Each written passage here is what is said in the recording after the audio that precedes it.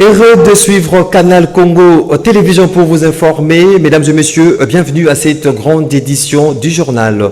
Troisième rentrée judiciaire, c'est lundi au Conseil d'État en présence du chef de l'État Félix Antoine Tshisekedi Tshilombo dans la salle du Congrès du Palais du Peuple. Ainsi, dans son discours, les premiers présidents de cette cour, le professeur Vundwawe Tepemako, a dénoncé le pratique observé dans les chefs de certains responsables de l'État qui s'opposent à l'exécution des décisions de justice. La non-exécution des ordonnances du Conseil d'État, c'est méconnaître l'autorité du chef de l'État, dit-il. Ainsi, le professeur Vundwawe d'inviter l'attention du président de la République pour que ces genres de comportements cessent. D'où a-t-il sollicité du magistrat suprême le détachement d'une unité de police judiciaire du parquet après la juridiction de l'ordre administratif sous l'autorité du procureur général près les conseils d'État pour l'accompagner dans sa noble et pénible tâche, celle de veiller au respect de l'exécution des décisions de justice, car estime-t-il cela serait les débuts de solutions devant mettre fin aux pratiques constatées dans les comportements de certains hauts responsables de l'État. Parlons à présent de l'attaque armée survenue dimanche 7 novembre à Rutshuru. Le combat s'intensifie entre les forces armées de la République démocratique du Congo et les assaillants non autrement identifiés. Face à cette situation, Emmanuel Leku, élu de Mambasa dans la province d'Elituri, insiste sur l'évaluation de l'état de siège et appelle le gouvernement à assumer ses responsabilités. Suivez plutôt ce propos recueillis par Nadine Tchotchugombo. Ça devient très grave. Ça devient très grave. Dit-on-da.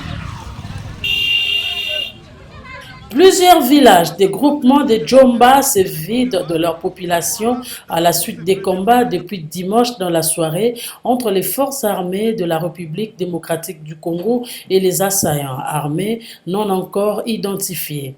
Les déplacés se dirigent à Rutshuru centre et d'autres traversent carrément la frontière de l'Ouganda qui a autorisé l'entrée. Touché et consterné par cette nouvelle incursion rebelle, l'honorable Emmanuel Leku, élu de Mambasa, soulève ici la nécessité de l'évaluation de l'état de siège avant chaque prorogation et compatit avec ses électeurs qui subissent des atrocités au quotidien. L'État doit s'assumer. Il n'y a pas de solution. L'État doit s'assumer. C'est comme si la population est devenue habituée à un système de quitter un milieu et un autre, toujours avec les chèvres, tirer des enfants sur les dos, des bagages, tout ça. Vous savez que j'ai compatis avec la population de l'Est. Je ne trouve même pas le sens que pourquoi on peut siéger au moment où l'Est, une partie de la République démocratique du Congo, est en plaire. Pourquoi? On ne comprend plus rien. L'État doit s'assumer, l'État doit prendre sa responsabilité. L'État doit faire quelque chose pour l'État de l'Est parce que c'est une partie de la population de la République démocratique du Congo. On devrait d'abord évaluer la situation avant de pouvoir continuer. Parce que tel que nous avons vu avant l'état de siège, après l'état de siège, il n'y a pas une grande différence, il n'y a pas la différence comme telle. Mais contrairement, la situation est en train de s'empirer au jour le jour. Comment expliquer dans un état de droit où nous avons une armée, surtout un état appelé souverain, on peut expliquer la présence des rebelles qui entrent, viennent se promener librement, et comme si ils étaient dans un terrain 100 mètres. Voilà la réalité qui se passe à l'Est, monsieur le journaliste. Très utile qu'on puisse évaluer l'état des sièges avant qu'on puisse proroger. Parce qu'on ne sait pas, dans le phénomène de l'état des sièges, on vous dit 2 armes récupérées, 3 armes récupérées, des miliciens, je ne sais pas, ont été. Il y a restriction des miliciens, on a attrapé, je ne sais pas, à gauche. Les Français, là, ça devient une terminologie un peu, je dirais, une terminologie où on s'adapte à ça maintenant, c'est devenu habituel. La dynamique Maître Paul Djunga, cette structure affiliée au mouvement de libération du Congo de Jean-Pierre Bemba Gombo, était au chevet ces lundi deux élèves de l'école EP1 et EPD Bawoyo, situés dans la commune de Bandalungwa. Les latrines de cet établissement scolaire ont été réhabilitées sur fonds propres de l'initiateur de la dite structure, Maître Paul Djunga. À suivre. Toujours soucié du bien-être et de l'éducation des enfants congolais, Maître Paul Djunga est allé à la rescousse des élèves de l'école EP1 et EPD Baoyo, située au quartier Molar dans la commune de Bandalungwa. C'est là, à travers la dynamique Maître Paul Djunga, une structure affiliée au mouvement de libération du Congo de Jean-Pierre Bemba Gombo. Natif de Bandalungwa, Maître Paul Djunga a réhabilité sur fonds propres les latrines de cet établissement scolaire qui jadis était dans un état insalubre et qui constituait une menace pour la santé publique. Question de mettre ses élèves à l'abri de plusieurs maladies, surtout en cette période où le pays est confronté à la pandémie de coronavirus. Homme de cœur, Maître Paul Djunga a également saisi cette opportunité pour émettre quelques fournitures et matériel de travail pour assurer dans de bonnes conditions l'éducation de ses enfants. Un geste dont s'est félicité les responsables de l'école Baoyo. Au nom de l'école, je prends la parole pour vous dire merci. Merci parce que je suis moi-même de Bandal. Je suis à Bandal depuis 1958. J'ai étudié dans les écoles catholiques de Bandal. Comme disent les latinistes, je suis moi-même latiniste. Weni, Widi, Widi. Je suis venu, j'ai vu et je fais. Présent à cette cérémonie, le bourgmestre de la commune de Bandalungwa a pour sa part salué ce geste de générosité de Maître Paul Djunga. Et vous savez que l'hygiène, c'est la clé, la santé d'un être humain. Et il a pensé à nos enfants, à nos petits-enfants, en leur réfectionnant leurs installations sanitaires. Au jour d'aujourd'hui, ils sont dans des conditions décentes que je suis très content. Quant au bienfaiteur, Maître Paul Djunga, il a exhorté les uns et les autres à la prise de conscience pour un avenir radieux des enfants de la RDC. Moi qui vous parle, je suis effectivement membre du MLC et que dans la vision du leader de mon parti, M. Jean-Pierre Bemba Gombo, qui nous instruit à travers la charte de notre parti, l'esprit de famille, imprégné justement par la fourmi, la solidarité. Nous ne pouvions que répondre à ces besoins qui s'est fait sentir au niveau de cette école. Donc l'idée est là, moi je suis originaire de Bandal, je vis avec les gens ici à Bandal. Il était tout à fait normal que nous puissions faire ceci sans nous en féliciter. Et c'est par une visite des latrines réhabilitées qu'elle s'est clôturée dans une ambiance bon enfant, cette activité. Et au niveau de la fonction publique, 4250 agents et fonctionnaires de l'État viennent d'être suspendus du fichier de paye. En tout cas, c'est ce qui ressort de l'arrêté signé par le vice-premier ministre, ministre de la fonction publique. Autre détail dans ces commentaires signés Gisèle Olive Toko. Au total, 4250 agents et fonctionnaires de l'État ont été suspendus du fichier de paye. Il s'agit des agents présumés inconnus de leur service mais payés, les agents portant des matricules nulles mais payés en salaire de base, les agents portant des matricules zéro mais payés en salaire de base, les nouvelles unités payées en salaire de base, aussi les retraités qui continuent à percevoir le salaire de base comme actifs. C'est en tout cas ce qui ressort de l'arrêté du vice-premier ministre, ministre de la fonction publique. Une décision prise, dit-il, afin de voir clair sur leur situation qui serait jusqu'à preuve du contraire irrégulière. Cependant, un délai de recours de 3 mois a été donné à toutes les personnes touchées par cette mesure conservatoire afin de régulariser leur situation auprès de la commission spéciale instituée à cet effet, menu de leur dossier administratif. D'un ministère à un autre, le ministre de la Santé publique, Hygiène et Prévention, le docteur Jean-Jacques Mbungani, a reçu en audience ce lundi 8 novembre 2021 Fifi Masuka Saini, gouverneur ad intérim de la province du Lualaba. La situation sanitaire en cette période liée à la Covid-19 était au menu de leur échange. Reportage.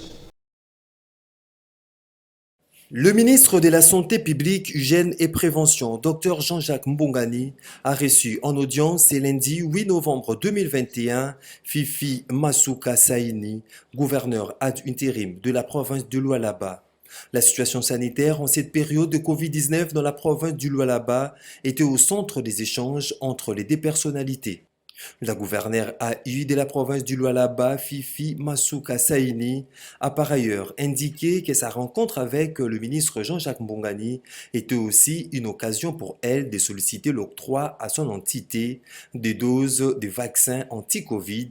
À ce sujet, a-t-il dit, le ministre a promis de lui donner une partie de vaccins avant son retour en province et l'autre lot sera envoyé dans les prochains jours par les canaux de l'UNICEF d'une part. D'autre part, le numéro 1 de la province du Lualaba a rappelé que sa province regorge beaucoup d'artisanaux et s'ils ne prennent pas garde, la situation risque d'exploser. Nous sommes venus d'abord pour les civilités, aussi donner au ministre, à son Excellence, la situation sanitaire au niveau de la province de Lualaba. Vous êtes sans ignorer qu'à un moment donné, la situation de Covid au niveau de la province avait augmenté et ça avait inquiété toute la République. Aujourd'hui, nous sommes heureuses de venir dire au ministre de la Santé, à son Excellence, que la situation est totalement maîtrisée. Ça va faire pratiquement 2 mois que les tests au niveau de la province du Lualaba est totalement négatif jusqu'à ce jour. Donc, c'était pour nous un encouragement qu'on a reçu de sa part de pouvoir continuer à sensibiliser la population pour que nous puissions garder les gestes et barrières, s'il avait les mains comme on nous demande de le faire. Mais aussi, c'était pour demander si on peut continuer avec l'octroi de vaccins. Et c'est ce qu'il nous a promis de pouvoir, il va nous donner déjà une partie de vaccins que nous allons voyager avec. Et puis le reste sera envoyé par le canal de l'UNICEF tel qu'il nous l'a promis. La province du Lualaba est une province importante, donc qui regorge beaucoup d'artisanaux.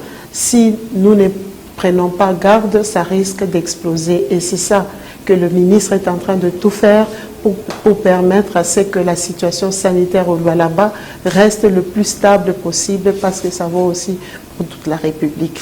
Dans un tout autre chapitre, la plateforme politique LCM, à travers son coordonnateur national et président national, Maître John Mbaya Ntita, invite le peuple congolais à soutenir les actions salvatrices du chef de l'État, Félix Antoine Tshisekedi Tshilombo, pour l'émergence du pays, ainsi appelant le chef de l'État et le Parlement à maintenir l'état des sièges. Le LCM invite le gouvernement Jean-Michel Sama Lukonde à pointer du doigt le véritable agresseur de la République démocratique du Congo. Gisèle Etoko pour cet élément. C'est un appel au soutien aux actions salvatrices du chef de l'État qui lance la plateforme Le Changement en Marche, ce pour l'émergence de notre grand et beau pays. Le Changement en Marche, LCM en sigle, remercie toutes les forces vives, toutes tendances confondues, surtout celle de la Tchangou, de l'accueil réservé au chef de l'État, son Excellence Félix Antoine Tshisekedi Tshilombo, après son retour triomphal du grand périple diplomatique qu'il avait conduit dans plusieurs pays européens. Le Changement en Marche, LCM en sigle, condamne avec la toute dernière énergie la complicité de la CENCO, le ministère des laïcs protestants, Milapro en sigle, et certaines puissances occidentales déterminées à pérenniser le néocolonialisme, oubliant que le monde entier n'est plus dans cette logique du néocolonialisme. Car au jour d'aujourd'hui, c'est le partenariat gagnant-gagnant. Nous invitons les croyants catholiques et protestants de demander à leur clergé de garder leur bande. Le changement en marche demande au chef de l'État et au président de 2 chambres du Parlement de maintenir l'état des sièges jusqu'à ce que les causes qui ont milité pour sa création disparaissent. Changement en marche, SM en sigle, invite le gouvernement Samalou Condé de pointer du doigt les véritables agresseurs de la RD Congo, qui sont les 3 petits pays de l'Est, qui ont battu leur économie sur le sang des milliers de Congolais innocents.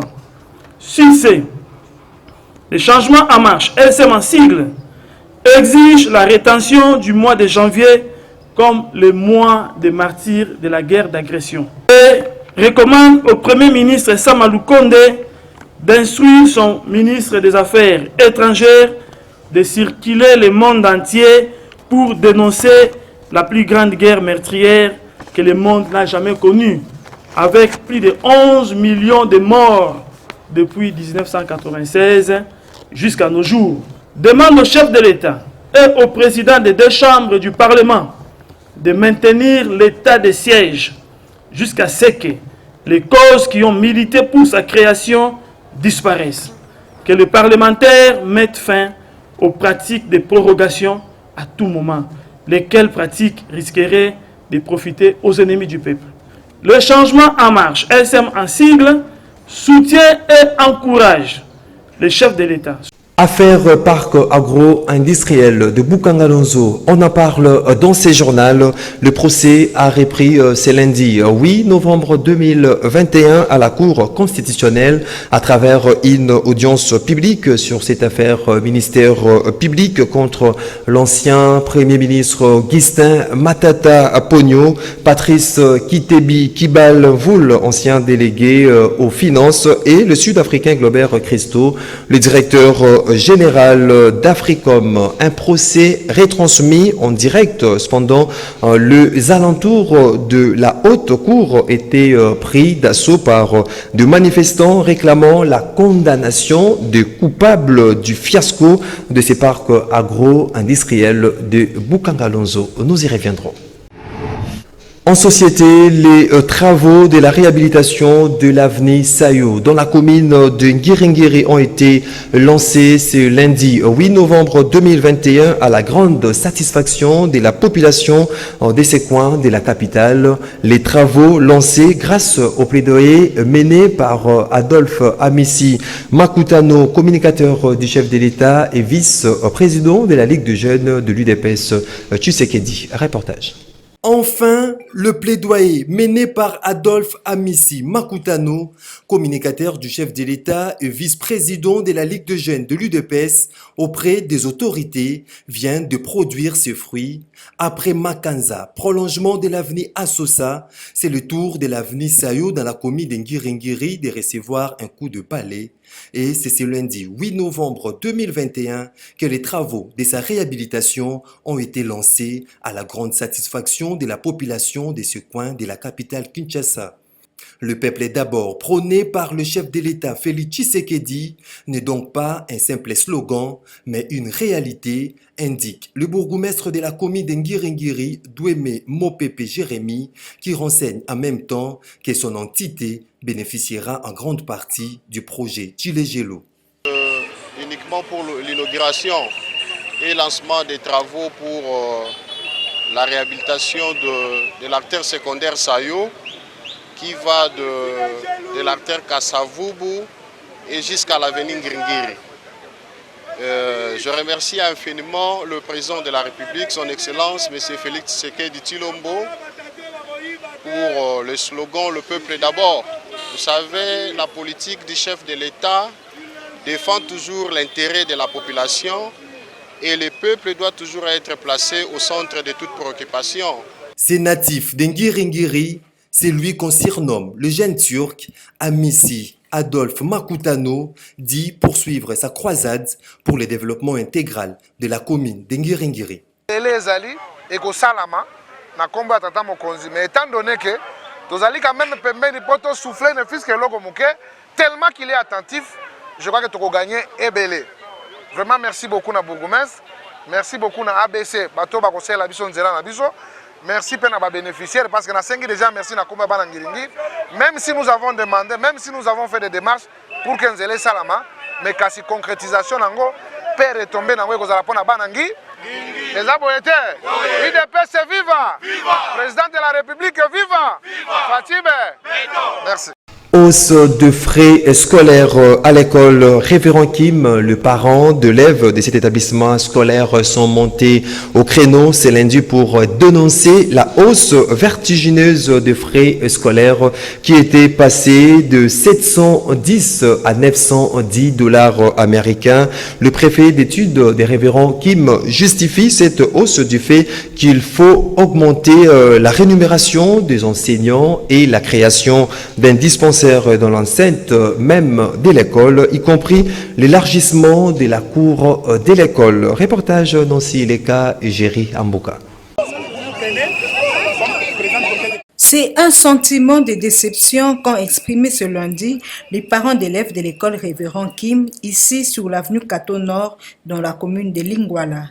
Ils protestent contre la hausse injustifiée des frais scolaires qui sont passés de 710 à 910 $ américains. Quelques parents en colère s'expriment. Nous sommes en train de revendiquer l'augmentation anarchique du Minerval.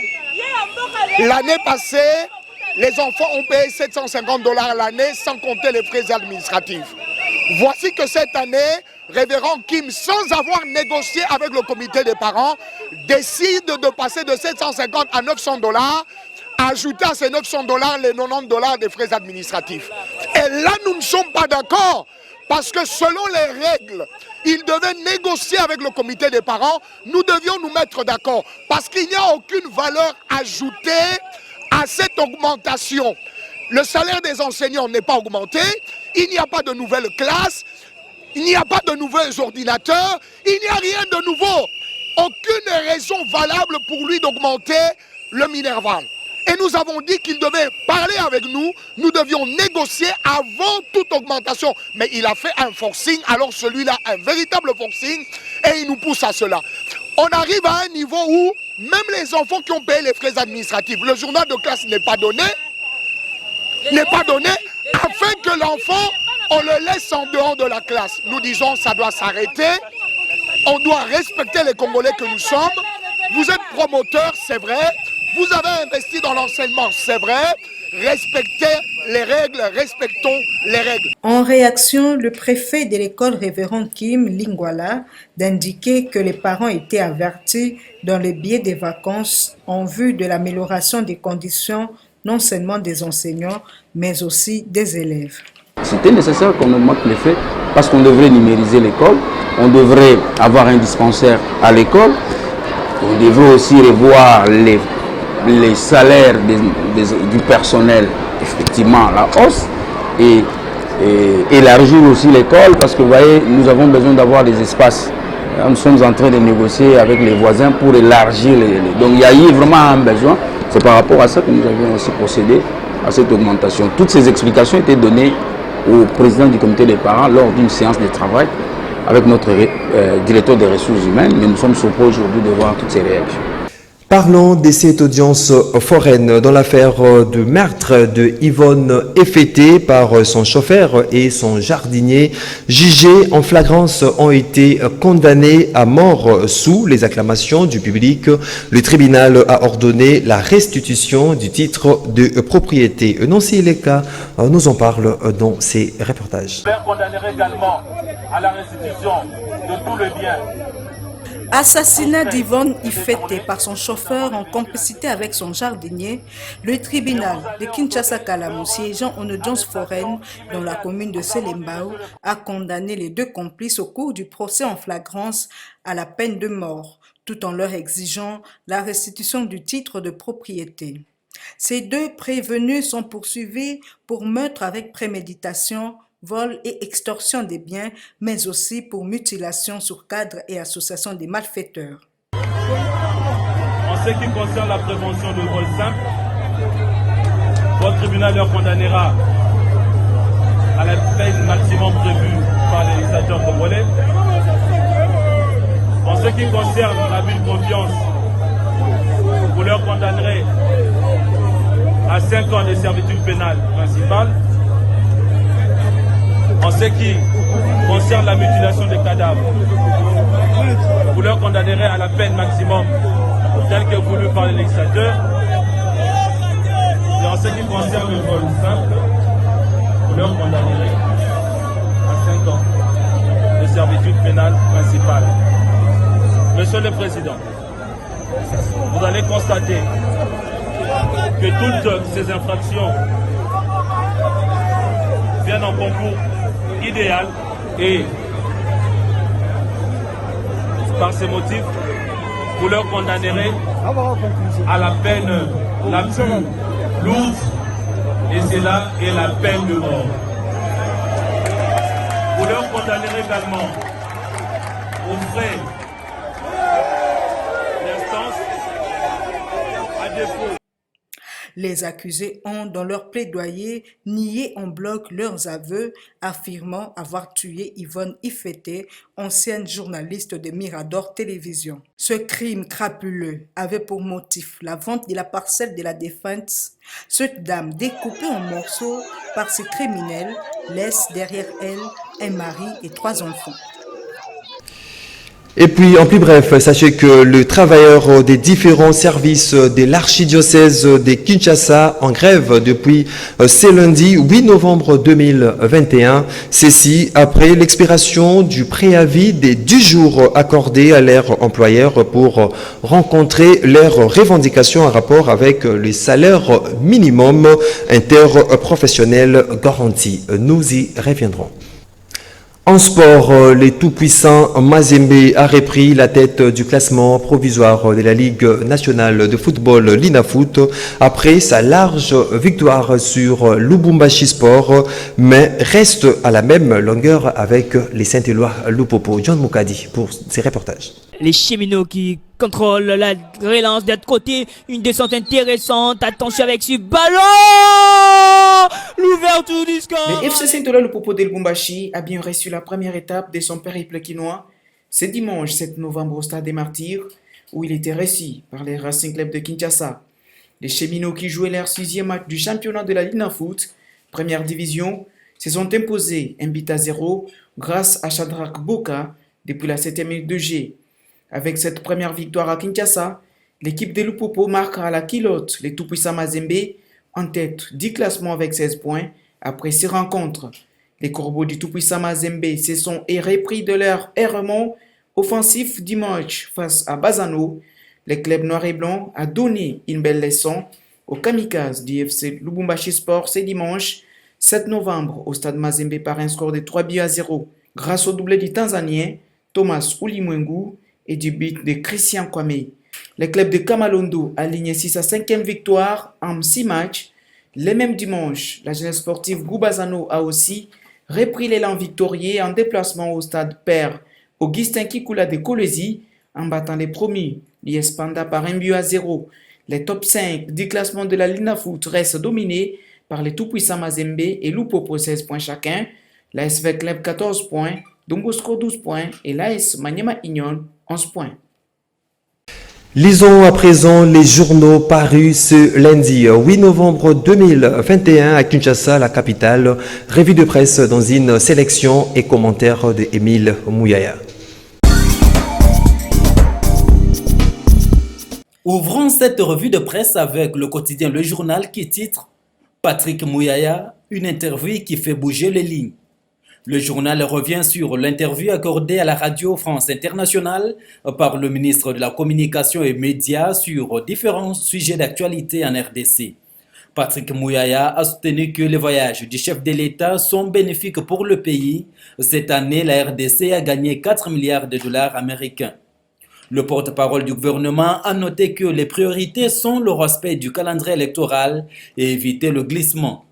Autre journal, autre titre. La tempête des tropiques qui s'intéresse à l'administration et fonction publique révèle des troublantes révélations autour de la paye faite par le ministre de l'État, ministre de budget, au Conseil de ministres. 49 591 cas de doublons sur nom, poste-nom, matricule, avec impact de 4,3 milliards de francs congolais. Il est aussi question des 357 cas de doublons d'impact, 75,7 milliards de francs congolais. Il est aussi question des 357 cas de doublons d'un impact de 75,7 milliards de francs congolais. Et enfin, de 14 doublons malicieux d'un impact de 14 milliards de francs. De son côté, l'hebdomadaire Salongo note à sa machette, le FCC va mal. Deux camps, Bomangai, Nabomayo, Tobomana. Ainsi, le journal de s'interroger, est-ce une guerre de génération politique au Front commun pour le Congo de Joseph Kabila ou une guerre de révolution du palais? Ainsi rapporte le journal, les deux camps qui s'opposent, l'un chapeauté par le vieux Raymond Chibanda et l'autre dirigé par le jeune Constant Mutamba. Terminons avec le journal Avis d'Afrique qui revient sur le retour du chef de l'État après COP26 en Écosse. Fachi accueilli triomphalement à la manière de l'entrée de Jésus à Jérusalem, titre l'hebdomadaire. Toutes les couches sociales de la ville de Kinshasa, toutes les autorités politico-administratives, notamment le gouverneur, les membres du gouvernement, les députés nationaux et provinciaux, c'est là sans compter tous les partis politiques et regroupements de l'Union sacrée ont pris d'assaut les grandes artères de la ville. Voilà tout pour cette revue de presse. Voilà qui met fin, mesdames et messieurs, à cette grande édition du journal. Merci de votre confiance.